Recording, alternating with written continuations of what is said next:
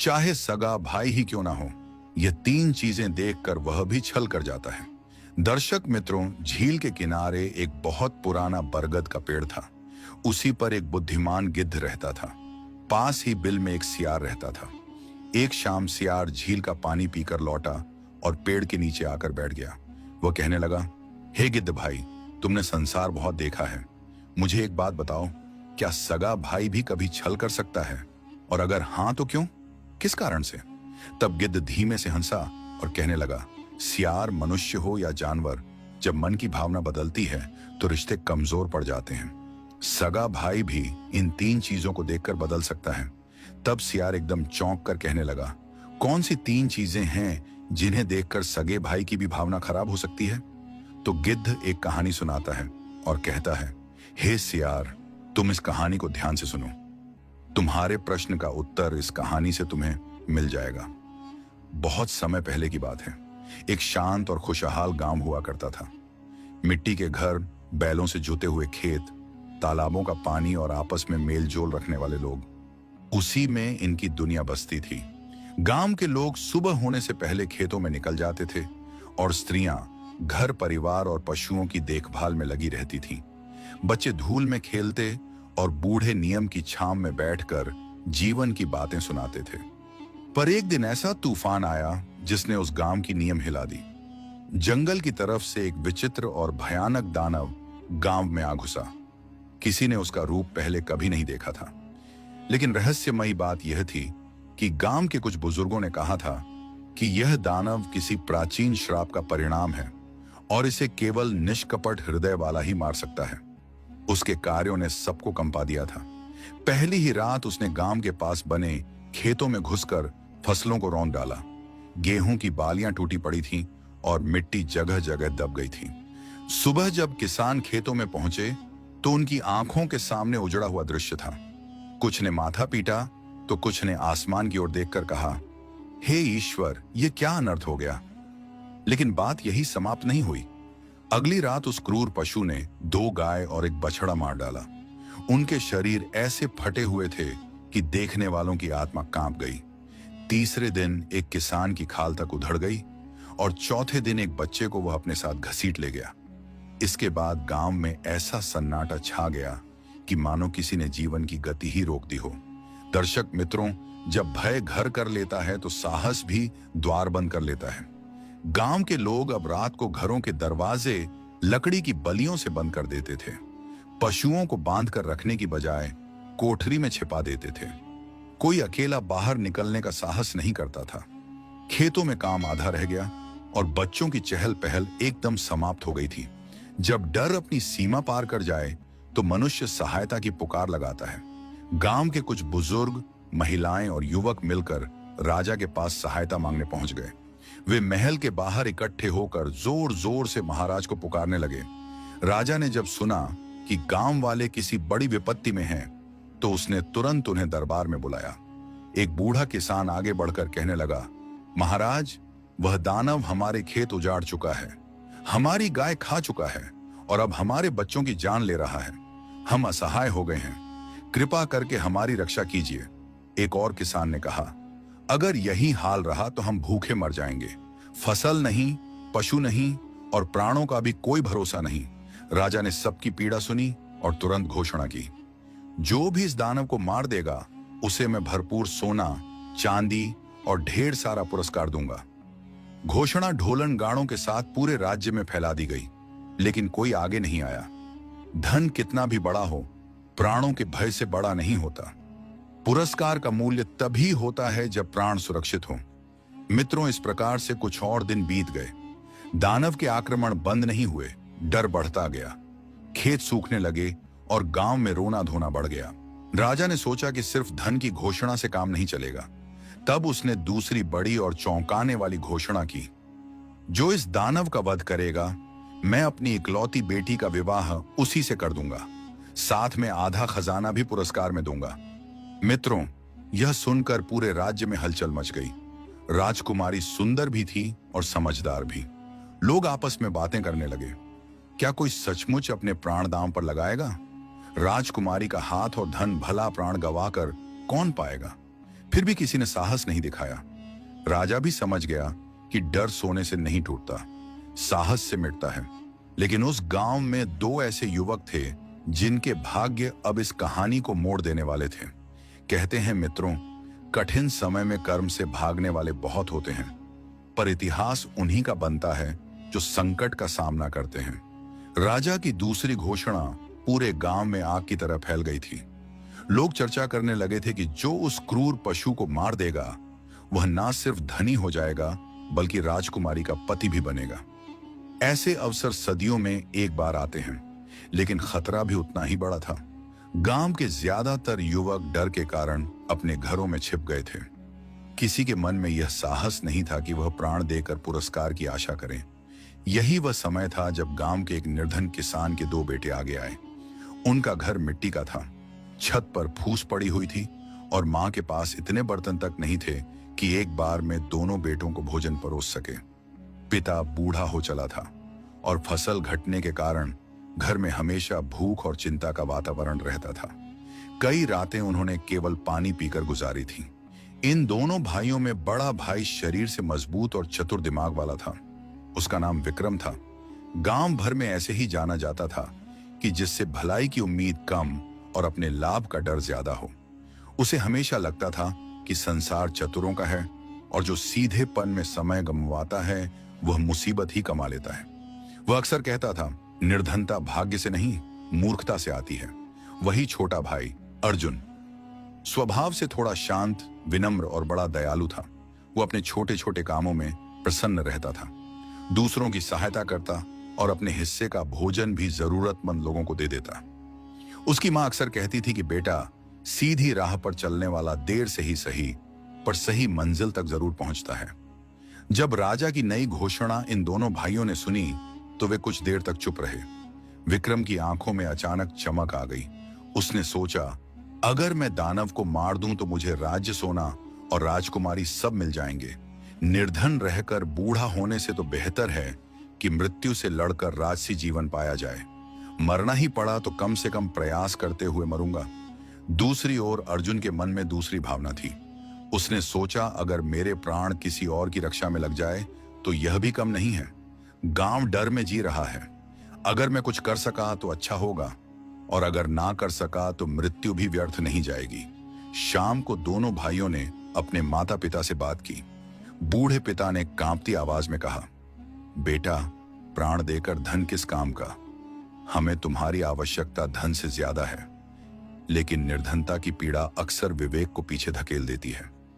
विक्रम ने माता पिता से कहा, क्या आपने कभी सोचा है कि उम्र भर ऐसे ही झेंगे? अगर सफल हुआ तो हम सबकी जिंदगी बदल जाएगी, अगर ना हुआ तो वैसे भी भूख से मर ही रहे हैं। अर्जुन ने चुपचाप सिर झुका लिया। उसकी मां की आंखों में आंसू आ गए, पर उसने कोई रोक टोक नहीं की। बस इतना बोली, अगर जाना ही है तो ईश्वर का नाम लेकर जाना, लालच के लिए नहीं, लोगों की भलाई के लिए लड़ना। सुबह होने से पहले दोनों भाई तैयार हो गए। विक्रम मजबूत डंडा और लोहे की धारदार तलवार लेकर निकला। उसने अपने जूते भी पहने और कमर में छोटी छुरी बांधी। अर्जुन ने केवल एक साधारण लाठी उठाई और एक पुराने थैले में रोटी बांध ली। चलने से पहले मां ने दोनों का माथा चूमा और कहा, जिस रास्ते में स्वार्थ चलता है वहां साथ नहीं चलता बेटा। राजा के सैनिकों ने दोनों को महल में बुलाया। राजा ने उनकी वीरता की सराहना की और कहा, तुम लोग दो दिशाओं से निकलो, शायद वह दानव किसी को मिल जाए। जो लौटेगा वो अकेला लौटना चाहिए, जीत कर। उसके इन शब्दों में इशारा तो था, पर भावनाएं नहीं थीं। गांव वाले उन्हें दरवाजे तक विदा करने आए। कुछ ने आशीर्वाद दिया, कुछ ने मन ही मन ईश्वर से प्रार्थना की।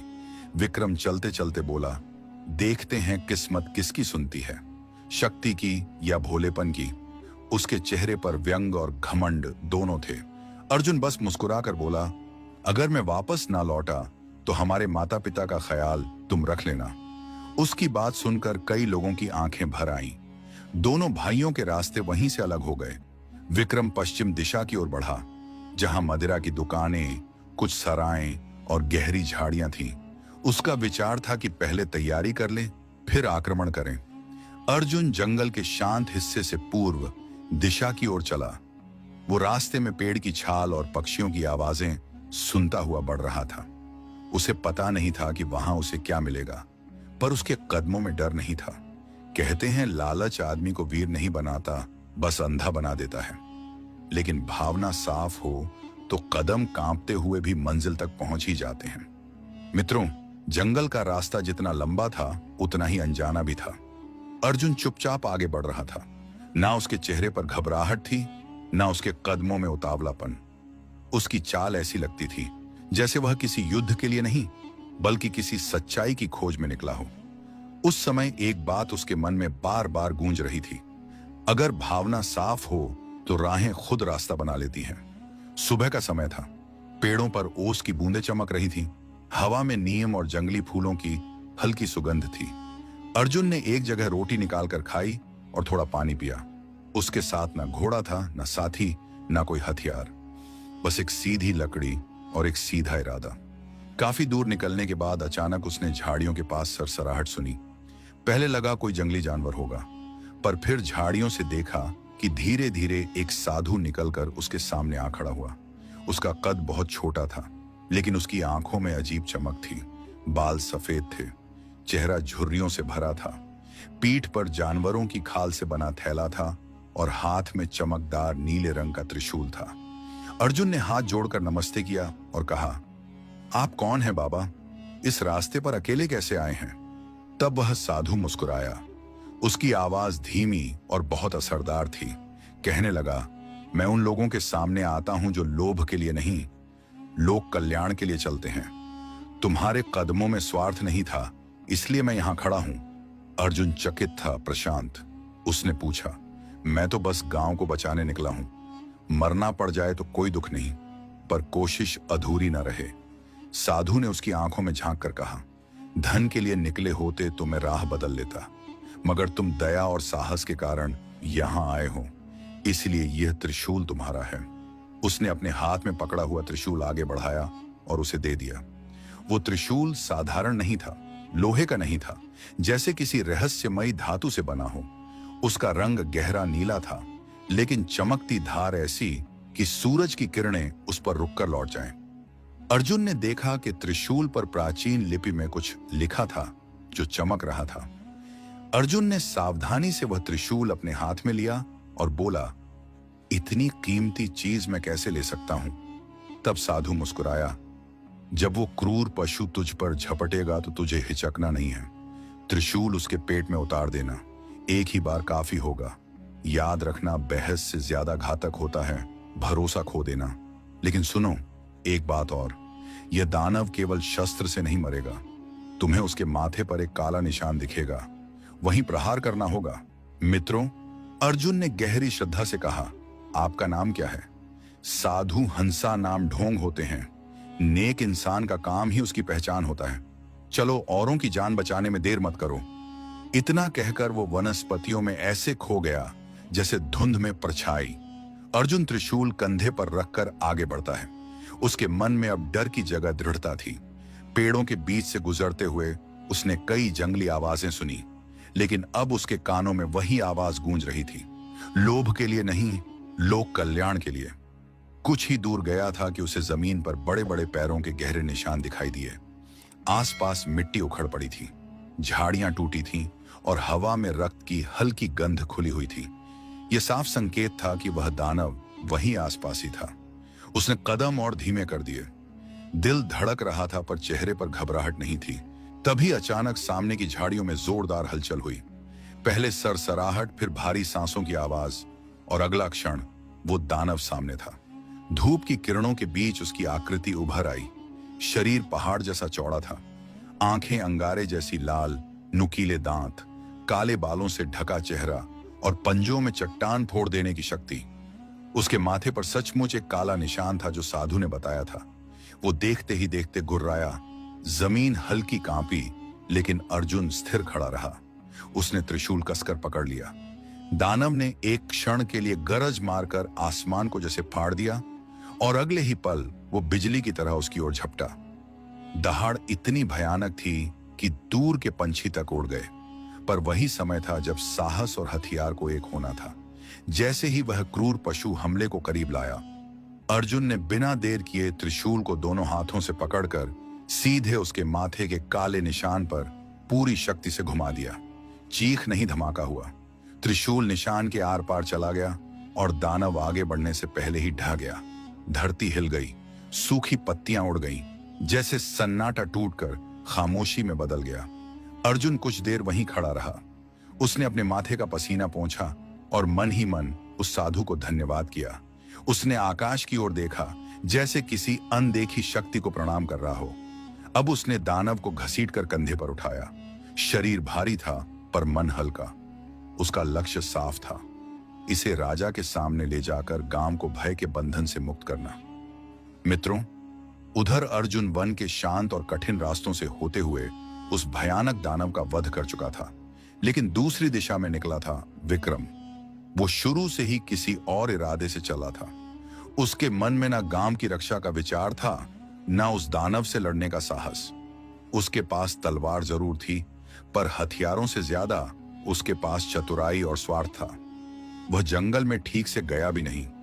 आधे रास्ते में उसे एक पुरानी सराय जैसी जगह मिली, जहां कुछ लोग मदिरा पीकर ढोलक पर नाच रहे थे। विक्रम ने सोचा, जो लड़ना चाहे वो लड़े। मैं पहले पेट और साहस दोनों को गर्म कर लेता हूं। वह भी उसी भीड़ में जाकर बैठ जाता है।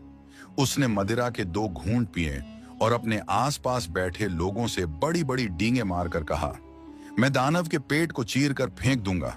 राजा की बेटी मेरी होगी, तुम लोग देख लेना। लोग सुनकर हंसे।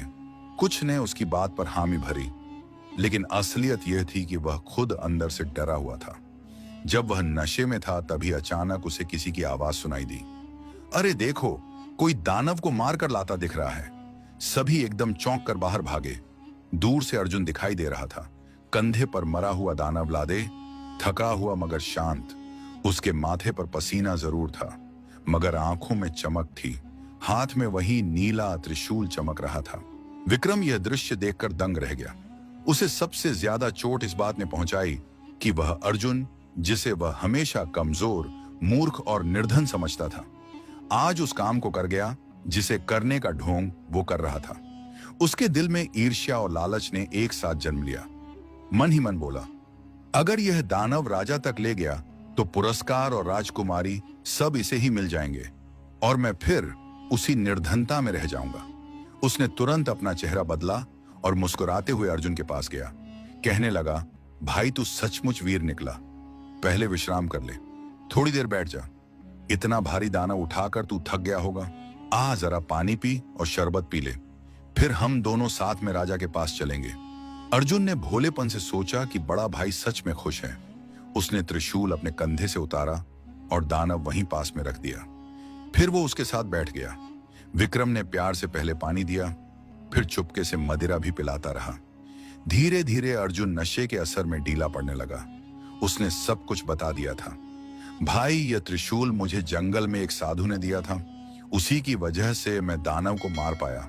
उसने बताया था कि माथे के काले निशान पर ही प्रहार करना है। मित्रों, उसकी बात सुनते ही विक्रम की आंखों में लालच चमक उठा। उसने मन में तय कर लिया कि असली पुरस्कार तभी मिलेगा जब अर्जुन रास्ते से हटे। रात गहराने लगी। अर्जुन अब ठीक से चल भी ना पा रहा था। विक्रम ने कहा, चल मैं तुझे सहारा देता हूं। हम पास के पुल से होते हुए सीधा महल जाएंगे। मित्रों, वह दानव को अपने कंधे पर लाद लेता है और एक हाथ से अर्जुन को थामे हुए चलता है। रास्ते में अंधेरा गहराता जा रहा था। चारों ओर झींगरों की आवाज और ठंडी हवा थी। अर्जुन अर्ध बेहोश सा उसके साथ चल रहा था। जैसे ही वे जंगल के बीचों बीच बने उस पुराने पुल पर पहुंचे तो विक्रम रुक जाता है। पुल के नीचे तेज धारा वाली नदी बह रही थी। वो एक क्षण को चुप रहा, फिर धीरे धीरे अपने चेहरे से बनावटी मुस्कान हटाकर बोला, तूने वीरता तो दिखाई, लेकिन पुरस्कार के योग्य मैं हूं, तू नहीं। अर्जुन कुछ कह पाता, इससे पहले ही विक्रम ने उसे दोनों हाथों से धक्का दे दिया। नशे के असर और अनजाने वार से वो संतुलन नहीं बना पाया और सीधे पुल के नीचे गिर पड़ा। उसका शरीर पानी में गिरते ही धारा में बहने लगा। तैरना भी नहीं आता था। कुछ ही क्षणों में आवाज तक डूब गई। विक्रम ने नीचे झांका और संतोष की सांस ली। फिर वो नीचे उतरकर कुछ दूर जाकर पानी से उसका शरीर बाहर निकाला और किनारे गड्ढा खोदकर उसे वहीं दबा दिया। मिट्टी डालते समय उसके चेहरे पर न लज्जा थी न पछतावा। उसने मन ही मन कहा, अब पुरस्कार और दुल्हन मेरी है, किसे पता चलेगा कि सच्चा विजेता कौन है। सुबह होते ही वो उस मरे हुए दानव को कंधे पर उठाकर राजा के महल की ओर चल पड़ा। गांव वालों ने जब उसे उस दानव के साथ देखा तो उसकी वीरता की बातें करने लगे। कोई नहीं जानता था कि उसके हाथ पर रक्त नहीं पाप लगा है और यही वह मोड़ था जहां सच्चाई का सिर कट गया और झूठ ताज पहनने चल पड़ा था। मित्रों, विक्रम मरे हुए दानव को कंधे पर रखकर राजा के दरबार में पहुंचता है। थकान का ढोंग करते हुए उसने ऊंची आवाज में घोषणा की, महाराज, आपकी प्रजा को सताने वाला दानव मर चुका है। उसे मैंने अकेले मार गिराया। मित्रों, यह सुनकर दरबारी चौंक गए। राजा ने उसकी तथाकथित वीरता की प्रशंसा की और उसी समय सोने के सिक्कों की एक थैली उसे दे दी। साथ ही यह भी घोषणा कर दी कि अगले शुभ दिन पर उससे राजकुमारी का विवाह किया जाएगा। मित्रों, सारे गांव में घी के दिए जलने लगे, ढोल बजने लगे। लोग कहने लगे, जिसने मृत्यु को हराया उसी को राज्य और दुल्हन मिलनी चाहिए। लेकिन अर्जुन अभी तक घर नहीं लौटा था। मां बाप ने कई दिनों तक उसकी राह देखी। जब वह नहीं लौटा तो लोगों ने यह मान लिया कि शायद वह दानव का शिकार हो गया होगा। विक्रम ने और भी अधिक चालाकी दिखाई। वो गांव गांव जाकर कहता था कि मेरा भाई शायद रास्ते में ही मारा गया होगा। अगर वह बचा होता तो मुझसे पहले यहां तक पहुंच जाता। लोग उसके शब्दों को सच मान बैठे। झूठ जब आत्मविश्वास के साथ बोला जाए तो कुछ समय के लिए सच लगने लगता है, लेकिन हमेशा के लिए नहीं। दर्शक बंधुओं, इधर समय बीतता गया। राजा विवाह की तैयारियों में जुटा था। वहीं दूसरी ओर नदी के किनारे एक चरवाहा अपनी भेड़ों को चरा रहा था। पानी के पास मिट्टी थोड़ी खिसकी हुई थी और वहीं उसे एक चमकती हुई सफेद अजीब सी हड्डी दिखाई दी। वह कहने लगा, अरे ये तो बड़ी ही मजबूत है, इससे मैं अपनी बांसुरी बनाऊंगा। उसने चाकू से छेद करना शुरू किया और तभी वो हड्डी खुद बोल पड़ी। आवाज गूंज उठी मानो किसी ने अपना दर्द बहा दिया हो। ओ प्यारे भाई चरवाहे, तू पा जरा, मेरी हड्डी बजा दे। दुख की धुन सुना। भाई ने छल किया, पुल से नीचे गिराया, लोभ के अंधकार में जीवन मेरा बुझाया। मित्रों, चरवाहा कांप उठा। उसने डरते डरते फिर बांसुरी को कान से लगाया और हड्डी फिर गाने लगी। दानव था बहाना, दुल्हन थी आस, मासूम पर चली चाल, टूट गया विश्वास। मित्रों, अब बात छुप नहीं सकती थी। चरवाहा भागा गांव पहुंचा और सबको बताया कि उसे क्या सुनाई दिया। गांव वाले पहले तो हंसे, पर जब उसने बांसुरी बजाकर सुनाई तो सब सुन्न रह गए। धीरे धीरे शक विक्रम पर गया। गांव के बुजुर्ग बोले, जिसका मन लालच से भरा हो वो अपना ही रक्त भी बेच सकता है। चरवाहा सोचने लगा, अगर ये बांसुरी राजा के सामने गई तो राज दरबार ही सच्चाई का साक्षी बन जाएगा। अगले ही दिन वह दरबार में पहुंचता है। राजा ने पहले तो उसे सामान्य समझा, पर जब चरवाहा बोला कि उसकी बांसुरी गाना गाती है तो पूरा दरबार उत्सुक हो गया। जैसे ही उसने बांसुरी बजाई तो वही आवाज गूंज उठी। दरबार में बजी। जब बांसुरी प्यारी, सुनकर रह गए दंग राजा और दरबारी। गूंजी करुण पुकार हवा में अचानक। भाई ने भाई को मारा था कपट में फंसाकर। मित्रों, सभा मंडप में सन्नाटा छाया था। राजा का माथा कसकर सिकुड़ गया था। उसने तुरंत सैनिकों को पुल के पास खुदाई करने का आदेश दिया। कुछ ही देर में मिट्टी के नीचे से कंकाल निकला। उसके पास कपड़ों की बची खुची झलक और उसी नीले त्रिशूल की मूठ पाई गई। प्रमाण ने जुबान खोल दी। विक्रम के चेहरे का रंग उड़ गया। घबराकर कहने लगा, मैंने कुछ नहीं किया, ये सब झूठ है। लेकिन सत्य अब चुप नहीं था। राजा ने सख्ती से पूछा तो आखिरकार वह टूट गया। उसने अपराध स्वीकार कर लिया और दरबार में खड़े सब लोग उसके चेहरे को घृणा से देखने लगे। राजा ने क्रोध और शोक के मिले स्वर में कहा, जिसने स्वार्थ में अपने ही रक्त के साथ विश्वासघात किया, उसके लिए इस धरती पर कोई जगह नहीं है। उसे उसी पुल के पास फांसी दी गई जहां उसने अपने छोटे भाई को धक्का दिया था। मित्रों, यह दंड नहीं, न्याय था। अर्जुन की हड्डियों का सम्मान पूर्वक दाह संस्कार किया गया। मन से आहत राजा ने गांव जाकर उसकी चिता के पास सिर झुकाकर कहा, सत्य कभी मरता नहीं, बस समय आने पर सामने आता है। गांव के लोग उसके अंतिम संस्कार में उमड़ पड़े। औरतें रोती रहीं, किसान मौन खड़े रहे, बच्चे तक गंभीर हो गए। उस दिन गांव वालों ने 3 बड़ी बातें सीखी। पहली बात, लोभ रिश्तों को काट देता है। दूसरी बात, सच को दबाया जा सकता है, मिटाया नहीं जा सकता। तीसरी बात, जो दूसरों की भलाई के लिए चलता है उसका नाम कभी नहीं मरता। राजा ने राजकुमारी का विवाह नहीं कराया। उसने घोषणा की कि उस सच्चे युवक की याद में गांव में पत्थर का एक चबूतरा बनाया जाएगा और हर साल उसके नाम पर न्याय दिवस मनाया जाएगा। और वह बांसुरी उसे किसी ने फिर नहीं बजाया, पर उसकी कहानी पीढ़ी दर पीढ़ी गाई जाती रही। कहते हैं सच की डगर कठिन हो सकती है, पर अंत में उसी की विजय होती है। जिस घर में स्वार्थ पनपता है वहां विश्वास मर जाता है। मिट्टी सब ढक सकती है, पर इंसाफ की हवा देर स्वेर सब उखाड़ देती है। गिद्ध ने कहा, हे सियार बंधु, अब मैं तुम्हें बताने जा रहा हूं वे 3 चीजें कौन सी हैं जो सगे भाई की भी भावना खराब कर सकती हैं। पहली है धन, दूसरी है सत्ता या पद, तीसरी है स्त्री की लालसा और विवाह का स्वार्थ। सियार ने सिर टेढ़ा करके पूछा, सिर्फ इनसे ही धोखा होता है? धन, पद और विवाह, यह 3 परीक्षाएं ऐसी होती हैं जिनमें कई बार सगे रिश्ते भी असफल हो जाते हैं। सियार ने पूछा, तो इंसान क्या करें? तब गिद्ध कहता है, रिश्ते रक्त से नहीं भावना से चलते हैं। जिस दिल में लालच घुस जाए वहां प्यार दम तोड़ देता है। चंद सिक्के, थोड़ा सा पद या किसी और के पास मिलने वाला सम्मान, ये सब मिलकर भाईचारे की जड़ काट देते हैं। मित्रों, 3 चीजें उन्हें याद रखना जो भाईचारा तोड़ देती हैं। पहला, धन का लोभ, जब जेब भारी होते ही कई दिल हल्के हो जाते हैं। दूसरा, सत्ता या पद का घमंड, कुर्सी इंसान नहीं बदलती, उसके भीतर छिपा स्वार्थ उजागर कर देती है। तीसरा है स्त्री का विवाह, लालसा या स्वार्थी आकर्षण, जहां मोह बढ़ता है वहां मोहब्बत बढ़ती है। जब भावना छोटी हो जाती है तब बड़ा भाई भी छोटा साबित हो जाता है। पैसा और ताकत इंसान नहीं बदलते, असली चेहरा दिखा सकते हैं। सच्चे रिश्ते वही हैं जिन पर स्वार्थ हावी ना हो। जो अपनों के साथ न्याय ना कर सके वह दुनिया का न्याय कभी नहीं कर सकता। अंत में गिद्ध ने सियार से फिर एक बात कही, याद रखना सियार बंधु, रिश्ते खतरे में नहीं पड़ते, रिश्तों की भावना खतरे में पड़ती है। और भावना वहीं बिगड़ती है जहां धन, पद और लालसा का साया पड़ता है। सियार ने सिर झुकाकर कहा, अब समझ गया कि सबसे बड़ा भेड़िया जंगल में नहीं मन में बैठा है। दोस्तों, इस प्रकार कहानी पूरी होती है।